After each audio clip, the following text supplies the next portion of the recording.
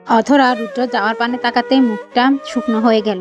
ভাবলো ও বলল আর এভাবে চলে গেল। রুদ্র পেছন ফিরে একবারও তাকালো না। মিনিট 10 পরে রুকাইয়া আর অনিমা নিচে নামলেন। রুদ্রকে দেখতে না পেয়ে দুজনেই দুজনার মুখের দিকে তাকিয়ে রইল। রুকাইয়া অধরাকে বললেন, অধরা, রুদ্র চলে গিয়েছে নাকি? অধরা গটগট করে সিঁড়ির দিকে গেল আর বলে গেল, তোমার ছেলে কথা আমাকে বলছো কেন? আমি জানি। অনিমা মেয়ের এই রাগ দেখে নিজেও রেগে গেলেন। তিনি কিছু বলতে যাবেন, ঠিক তখন রুকাইয়া থামিয়ে দিলেন। অনিমা বললেন, ভাবি, তোমার আশকারা পেয়ে মেয়েটা এমন হয়েছে। ছাড়ো তো, বাচ্চা মানুষ, নিশ্চয়ই দুজনের মাঝে ভালো করে কথা হয়নি। অধরা ছোট থেকেই জেদ আর রাগ। অনিমাও অধরাকে ছোট থেকেই শাসন করে যাচ্ছেন, কিন্তু কারোর জন্যই পারছেন না। একে ওর বাবা এসে সাপোর্ট করে, আবার তারপর তো ওর বড় চাচা চাচি আছেই। এদিকে রুদ্র অধরার সাথে রাগ দেখিয়ে চলে এসেও যেন শান্তিতে নেই। কেমন একটা আশপাশ করতে লাগলো, ড্রাইভ করছে। ইফতি বলল, কি রে, কিছু খেয়েছিস নাকি রে? রুদ্র তপ্ত চোখে তাকিয়ে বলল, কি খাবো?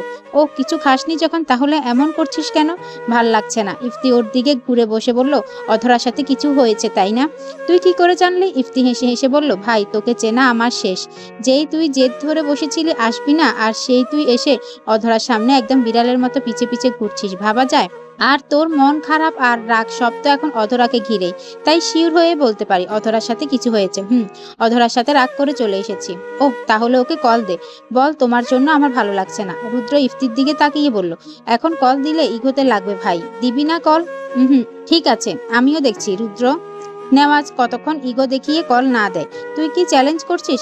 চ্যালেঞ্জ করলাম। ওকে, চ্যালেঞ্জ অ্যাকসেপ্টেড। যদি অধরাকে কল দিয়ে হেরে যা কল, তাহলে তখন কল দিব না।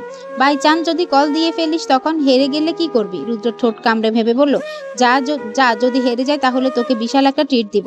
রেস্টুরেন্ট হলে যাব না, অন্য ট্রিট চাই। ওকে ডান। দুপুর বেলা আরমান নেওয়াজ আর আরিফ নেওয়াজ অফিসের একটা মিটিং ছিল।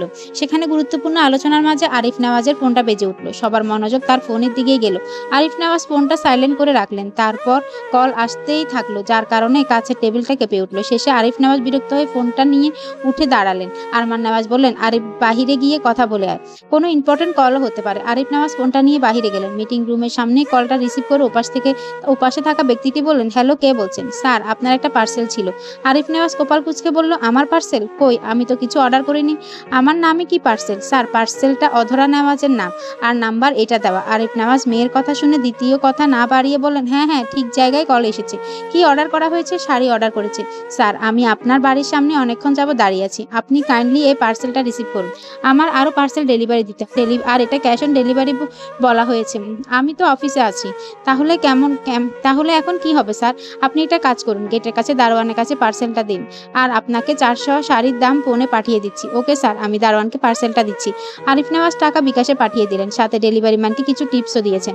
যেহেতু অনেকক্ষণ অপেক্ষা করেছিলেন, বিবেক বলেও তো একটা জিনিস আছে। আর সব তো মেয়ের জন্যই। মেয়ের পেছনে খরচ না করলে করবেটা কি? তবে মেয়ের বুদ্ধি আছে বলা যায়। বকবে দেখে বাবার নাম্বার দিয়েছে। তবে আজকে বাড়িতে গিয়ে মেয়েকে একটু খেপাতে পারবে। আপাতত ভাবনা রেখে আরিফ নেওয়াজ চলে গেলেন মিটিং এর দিকে। এরপর আরিফ নেওয়াজ এসে আরমান সাহেবের পাশে বসলেন। আরমান নেওয়াজ বললেন, কোনো ইম্পর্টেন্ট কল ছিল না? ইম্পর্টেন্টই ছিল ভাইজান। অধরা শাড়ি অর্ডার করে আমার নাম্বার দিয়েছে, সেই ডেলিভারি ম্যানই কল দিয়েছে। আরমান নেওয়াজ হেসে বলেন, ওহ, অধরা ভালোই করেছে তাহলে। বিকেলের দিকে রুদ্ররা সব বন্ধুরা মিলে নাফিসের হলুদ সন্ধ্যার আয়োজন করছে। রেডিও হয়েছে সবাই। রুদ্র এই সময় বেশি মিস করছে অধরাকে। আশেপাশে তাকিয়ে ইফতিকে খুঁজলো। ও না থাকায় অধরাকে মেসেজ দিল, অধরা, রাগ করেছিস? তখন মিনিট 15 পর অধরা রিপ্লাই দিল, রাগ করবো কেন? ও, তাহলে রাগ করিসনি, ভালোই। কি করছিস? আপনার জন্য জাহান্নামের পানি নিয়ে যাচ্ছে। রুদ্র কিছু একটা ভেবে শয়তানি করে লিখলো, জানিস তো এখানে কত মেয়ে কেমন করে যেন তাকাচ্ছে। দুজন এসে আবার নাম্বারও নিয়ে গিয়েছে। কি করবো রে এখন? অধরা এবার একটু জেলাস হলো, কিন্তু ও চাপা স্বভাবের হওয়ার কারণে প্রকাশ করলো না। সকালে রুদ্র ওকে রাগ দেখিয়ে চলে গিয়েছিল। এখন ওর পালা। রুদ্রকে কিভাবে রাগাবে এবং চিন্তায় রাখবে ওর ভালো করেই জানা আছে। ও ঠান্ডা মাথায় লিখলো, মেয়েরা আপনার পেছনে লাগছে তো কি করবেন? বিয়ে করে নিয়ে আসুন আর দাঁড়ান, আজকে আব্বু আসুক, সত্যি বলে দিব আপনি কুপ্রস্তাব দিন আমাকে। এমনকি রাতে যে হাত ধরেছিলেন সেটাও বলে দিব। আবার এখন যে মেয়েদের নাম্বার নিয়েছেন সেগুলোও বলে দিব। রুদ্র কি কম, সেই মেসেজটা পড়ে দমে না গিয়ে সাথে সাথে আরিফ নেওয়াজকে সরাসরি কল করলো। আরিফ নেওয়াজ অসময়ে রুদ্রের ফোন পেয়ে ভাবুক হয়ে রিসিভ করলো। রুদ্র এই পর্যন্ত আরিফ নেওয়াজকে কল দেয়নি, বলতে গেলে প্রথমবারই দিল। সেদিন নাম্বার সেভ করতে মিস কল দিয়েছিল, কথা হয়নি। আরিফ নেওয়াজ রুদ্রর দেওয়া কলটা রিসিভ করলো। রুদ্র শুরুতেই বলল, মেজো আপু, আমি রুদ্র। ও রুদ্র, হ্যাঁ বলো, কি করছো? অফিস থেকে বাড়িতে যাব, শুনলাম বন্ধুর বিয়েতে গিয়েছো। মেজো আপু, একটা কথা বলবো? বটলে না বলে থাকতে পারলাম না। বলতে এক প্রকার বাধ্যই হলাম। সমস্যা নেই বলো, তার আগে বল অধরাকে কিছু বলবে না কেন? অধরা কিছু করেছে? না তাহলে? রুদ্র নাটকীয় ভঙ্গিতে বলল, কিচ্ছু করেনি, কিন্তু মেজো আব্বু তোমার মেয়ে সবসময় আমাকে থ্রেট দিচ্ছে। আরিফ নেওয়াজ কপালে ভাঁজ ফেলে বলে, কি কি বলে থ্রেট দিচ্ছে? রুদ্র হাঁপ ছেড়ে বলল, আমি যে এত বছর দেশে আসিনি, তোমার মেয়েকে না দেখে দোষ দিয়ে গিয়েছি, এটা তোমার কাছেই স্বীকার করছি। মিথ্যার আশ্রয় আমি নিলাম না। এখন কথার মধ্যে কথা হলো, তোমার মেয়ে সবসময় শুধু বলছে আব্বুর কাছে বিচার দিব, আপনি এমন অমন। আপনি মেয়েদের সাথে ঘুরেন, মেয়েদের নাম্বার নিন, আবার এই মাত্র ফোন দিয়েছে একটু কথা বলার জন্য, তাও এই কথা বলে। আচ্ছা তোমার কি আমাকে দেখে এরকম মনে হয় মেজো আব্বু? আরিফ নেওয়াজ ভাবুক গলায় বলল, না তোমাকে তো এমন মনে হয় না। অধরা এত বছর পর তোমাকে দেখছে, তাই তো মনের মধ্যে উল্টাপাল্টা কথা আসছে। তা আমি অধরাকে বোঝাবো, তুমি চিন্তা করো না। তুমি আগে ওকে কিছু বলো না, যদি ও কিছু বলে তাহলে বলো, না হলে বুঝবে তোমাকে বলে দিয়েছে, ঠিক আছে? রুদ্র ফোন কেটে দিয়ে বাঁকা হেসে বিড়বিড় করে বলল, এখন বলিস আমি তোকে কুপ্রস্তাব দেই, কিচ্ছু বিশ্বাস করবে না। এখন আমারই ভালো হবে, কুপ্রস্তাব দিলে তুই তোর বাবাকে বললেও বিশ্বাস করবে। তখনই ইফতি এসে ওর কাঁধে চাপড় মেরে বলল, কি রে অধরার সাথে কথা বলছিলি নাকি? রুদ্র হেসে বলল, রুদ্র নেওয়াজ বাজিতে হারার পাত্র নয়। ইফতিকে এই বলে মনে মনে বলল, রুদ্র নেওয়াজ আসলে হারার পাত্র নয়। কথা বলিনি ঠিকই, কিন্তু মেসেজ তো দিয়েছি। তুই তো তখন বলেছিস মেসেজ দেওয়া যাবে না, শুধু বলেছিলি কল দেওয়া যাবে না।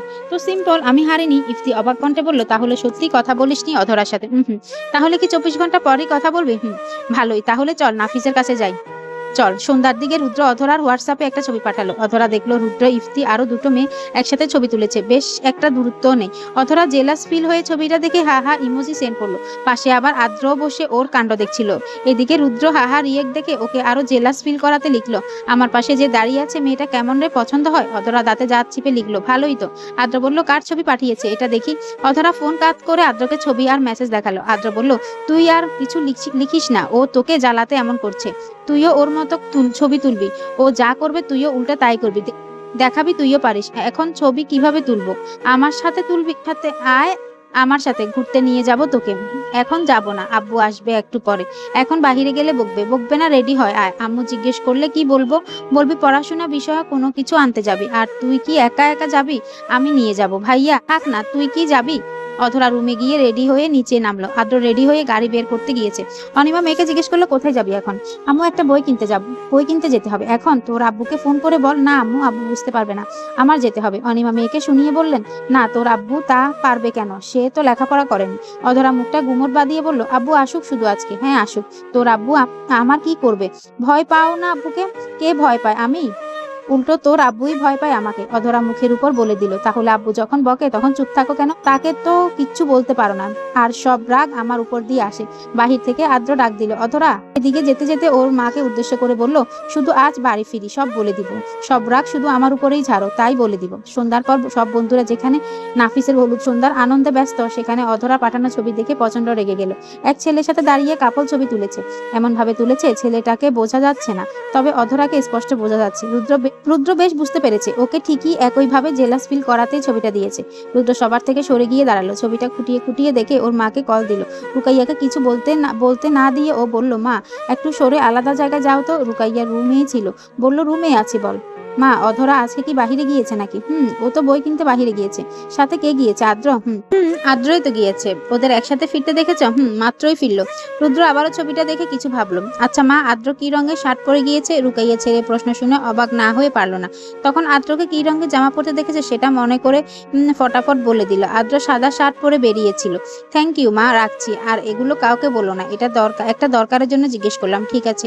রুদ্র কলটা কেটে দিয়ে অধরা সেই ছবিতে হাহা রিয়েক্ট দিয়ে লিখলো, ভালোই তো, চালিয়ে যাস, বেস্ট অফ লাক, বাড়িতে এসে পরিচয় করিয়ে দিস। মেসেজটা অধরা দেখার অপেক্ষা করলো না, ফোনটা সাইলেন্ট করে বন্ধুদের কাছে চলে গেল। এইদিকে অধরা মেসেজ দেখে তেলে বেগুনে জ্বলে উঠলো। ফুটটা ফ্লোরে ছুঁড়ে মেরে রুম থেকে হনন করে আদ্রর রুমে চলে গেল। আদ্র বিছানা হেলান দিয়ে হেডফোন লাগিয়ে গান শুনছিল। অধরা কোনো কথাবার্তা ছাড়াই আদ্রের চুল ধরে মাথা ঝাঁকাতে শুরু করলো। আদ্র কোনো রকম হেডফোন খুলে নিয়ে বলল, আহা কি করছিস, ছাড় না। অধরা না ছেড়ে দাঁতে দাঁত চেপে বলল, তোমার জন্য সব হলো, আমি আগেই বলেছিলাম এখন বাহিরে যাব না। এও বলেছিলাম রুদ্র ভাইয়ার সাথে এসব নিয়ে কোনো কাহিনী করতে চাই না। তোমার জন্য বাহিরে গিয়ে ছবি তুলে রুদ্র ভাইয়াকে দিলাম, কিন্তু সে বলল তো চালিয়ে যা, বেস্ট অফ লাক। মানে কি? আদ্র অধরার হাত দুটো ধরে বলল, তাই আমাকে মারবি কেন? রুদ্রকে গিয়ে মার। এ হাত না তো অক্টোপাস, ধরলে আর ছাড়ানো যায় না, এভাবে কেউ মারে? অধরা রাগ সামলাতে না পেরে বলল, তোমার কথা আর সোহার কথা আমি সবাইকে বলে দিবে এখন। বলেই চলে যেতে নিলে আদ্র খাপ করে অধরার হাত ধরে ফেলল। বিছানায় বসালো। এরপর মাথায় হাত বুলিয়ে দিয়ে বলল, এত রাগ করতে নেই বোন, তুই শান্ত থাক, আমি দেখছি। আদ্র অধরাকে কোনো রকম শান্ত করে বলল, চকলেট খাবি? বাহির থেকে এনে দেই? লাগবে না, সোহাকে এনে দিও। তোকে এনে দেই, রাগ কমবে। লাগবে না, এখন শুধু একটা কাজ করব, এমন কাজ করো যাতে রুদ্র ভাই রেগে যায়। কাপল ছবি তুলে দিলাম, ভাইয়া আমাকে নিয়ে তো রেগেও যায়নি আর জেলাস হয়নি। অধরা জিজ্ঞাসু দৃষ্টিতে তাকিয়ে প্রশ্ন করলো, জেলাস হবে মানে? আদ্র দরজার দিকে একবার তাকিয়ে পরপর অধরার দিকে তাকিয়ে অবলীলায় বলল, ভাইয়া তোকে ভালোবাসে। অধরা সোজা গলায় বলল, আমি জানি, আগেই বুঝেছি। আদ্র খুশি হয়ে বিছানায় উঠে বসলো। সত্যি বুঝেছিস?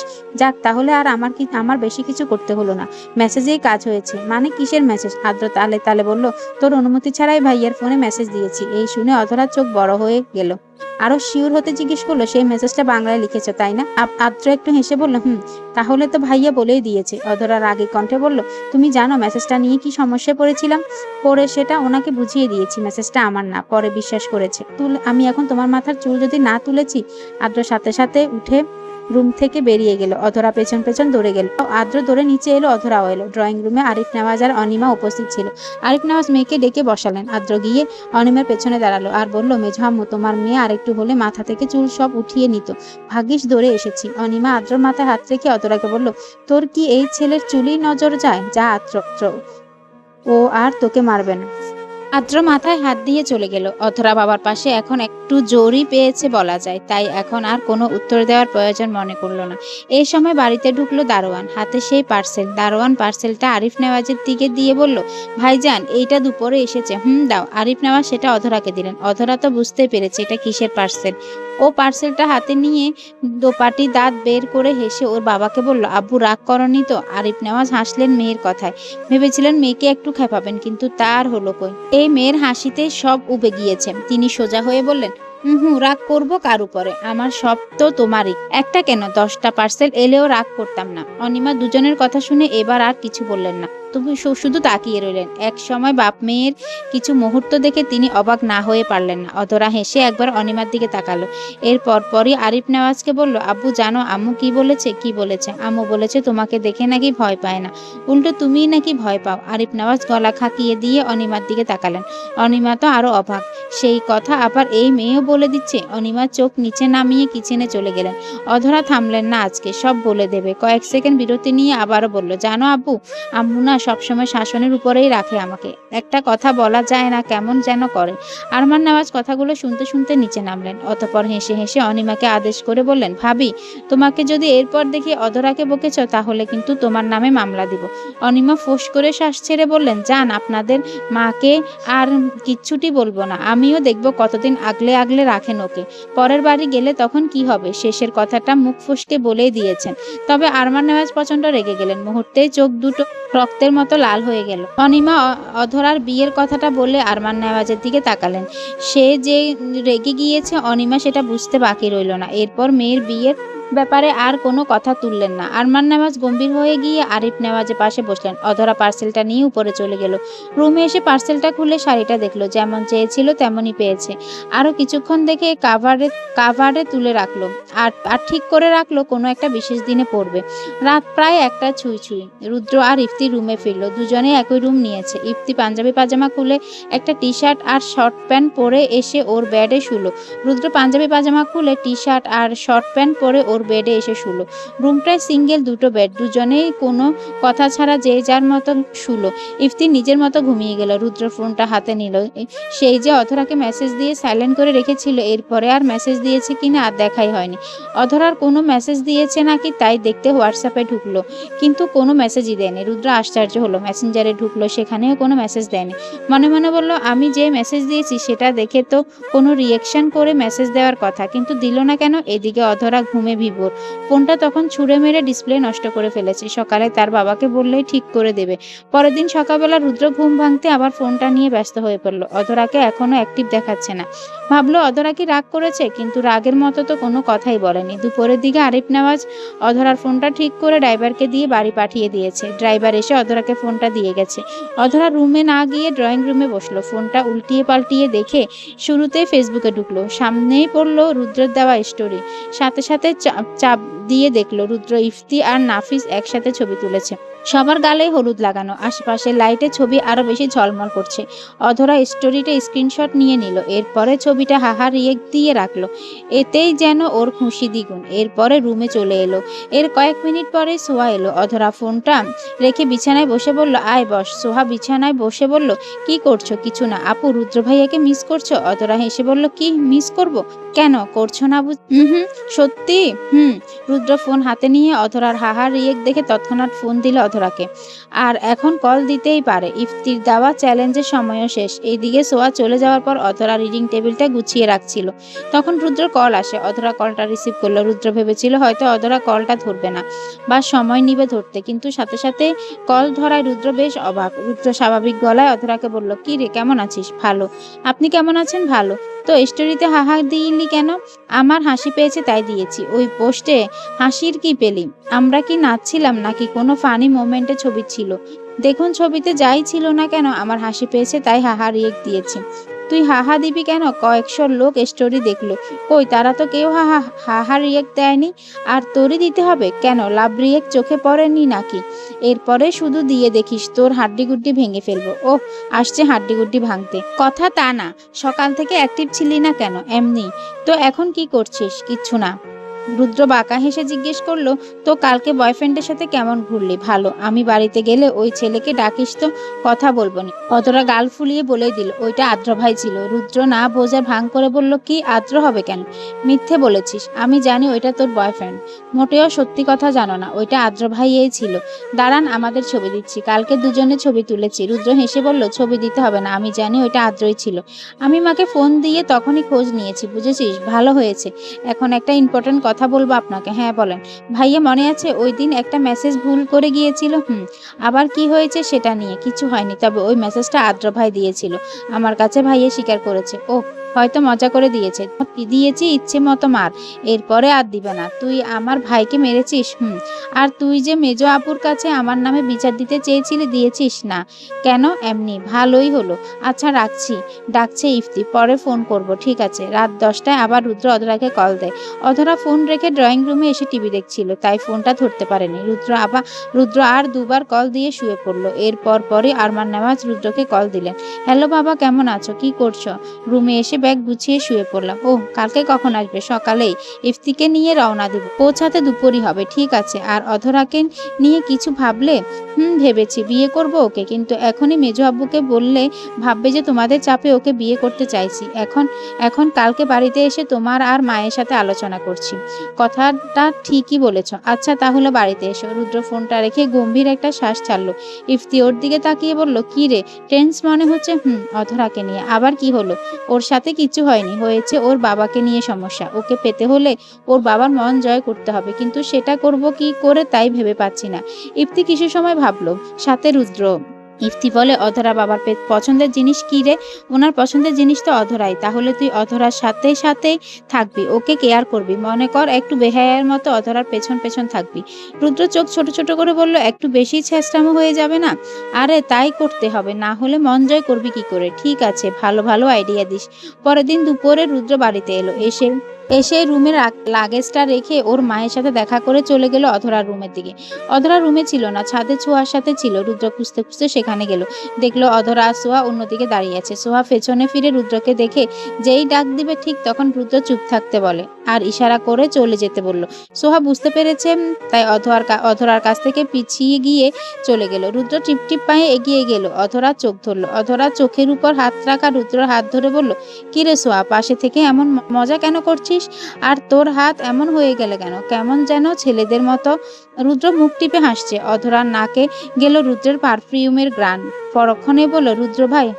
রুদ্র চোখ ছেড়ে দিতে অধরা পেছন ফিরে বলল, আমি ভেবেছিলাম হয়তো সোয়া। ও, পরে বুঝলি কি করে? ওই যে আপনার পারফিউমের স্মেল পেয়ে। ও। রুদ্র হাতে থাকা বেলি ফুলের মালা অধরার দিকে এগিয়ে দিয়ে বলল, আজকেও আসার সময় ফুলগুলো পেয়েছিলাম, তাই তোর জন্য নিয়ে এলাম। অধরা হাতে নিল। অতঃপর বেলি ফুলগুলো নাকের কাছে নিয়ে শুকিয়ে হালকা হেসে বলল, থ্যাংক ইউ, ওয়েলকাম। মাত্র এলেন? ফ্রেশ হননি? অধরা আদেশ করে বলল, এক্ষুনি গিয়ে ফ্রেশ হন। রুদ্র হেসে বলল, আদেশ করছিস? করছি। আপনি যে আমাকে আদেশ করেন, তাহলে আমি কি এই ছোট্ট আদেশ করতে পারি না? রুদ্র মাথা নাড়িয়ে বলল, পারিস, হাজারবার পারিস। তাহলে যান গিয়ে ফ্রেশ হন। রুদ্র চলে গেল। অধরা ফুলগুলো নিয়ে খুশি মনে রুমে ফিরল। সন্ধ্যায় আরমান নেওয়াজ আর আরিফ নেওয়াজ বসেছিল ড্রয়িং রুমে। দুজনে নিজেদের মতো ফোন স্ক্রল করছিল। রুদ্র এসে বসলো। আরিফ নেওয়াজের দিকে তাকিয়ে বলল, মেজো আব্বু একটা কথা বলবো? আরিফ নেওয়াজ ফোনটা পাশে রেখে বলল, হ্যাঁ বলো।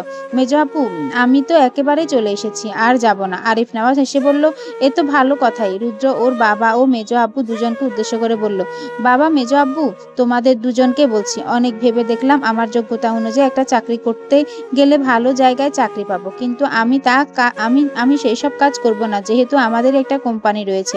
আমি চাচ্ছি তোমাদের ওইখানে কাজ করতে। তোমরা কি বলো? আরমান নেওয়াজ আর আরিফ নেওয়াজ দুজনে বেশ সন্তুষ্ট হলেন রুদ্রর কথা। আরিফ নেওয়াজ বললেন, রুদ্র, সব তো তোমাদেরই ভবিষ্যতের জন্য করা, এতে আবার বলার কি আছে? কালকে থেকে যেও। থ্যাংক ইউ মেজো আব্বু। এর একটু পরে অধরা নিচে এলো। প্রতিদিনের মতো আজকে ওর বাবার জন্য কফি বানালো। ওর পাশে অনিমা আবার রুদ্র বাবার জন্য কফি বানালেন। অধরা কফি নিয়ে এসে আরিফ নেওয়াজকে দিল, আর অনিমা দিল রুদ্র আর আরমান নেওয়াজকে। আরমান নেওয়াজ কফি নিলেন, রুদ্র নিলেন না। অনিমাকে জিজ্ঞেস করলেন, মেজো আম্মু, কফি কে বানিয়েছে? অনিমা উত্তরে বলল, আমি বানিয়েছি। কেন? খাবো না, নিয়ে যাও। অনিমা কপালে ভাঁজ ফেলে বলল, কেন? তোর আবার কি হলো? রুদ্র অধরার দিকে তাকিয়ে বলল, অধরা যে পর্যন্ত কফি বানিয়ে দিবে না সে পর্যন্ত কফি খাবো না। আরমান নেওয়াজ ছেলের কথায় কেসে উঠলেন। আরিফ নেওয়াজ রুদ্রর দিকে অবাক দৃষ্টিতে তাকিয়ে রইলেন।